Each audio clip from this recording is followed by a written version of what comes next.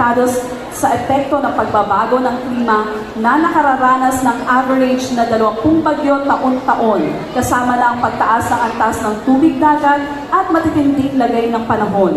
Bilang isang mamamayan ng bansang ito, paano ka maninindigan para sa mas matibay na aksyon laban sa pagbabago ng klima habang binabalanse ang pangangailangan sa kaunlarang pang-ekonomiya ng bansa? Good evening, everyone.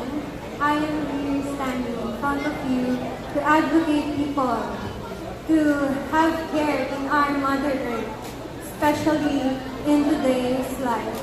Because I believe that climate change is caused by us humans, as our actions creates climate change. And I am here to promote that we should start to have care to our